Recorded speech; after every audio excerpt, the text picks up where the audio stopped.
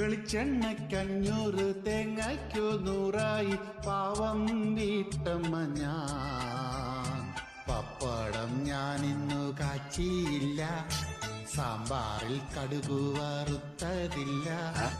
ഇന്നും ഞാൻ നോക്കി കുറയാൻ ചാൻസില്ല, എന്തോ ചെയ്യും ഞാൻ. വെളിച്ചെണ്ണയ്ക്കഞ്ഞൂറ് തേങ്ങയ്ക്കു 100 പാവം വീട്ടമ്മ ഞാൻ. ഓ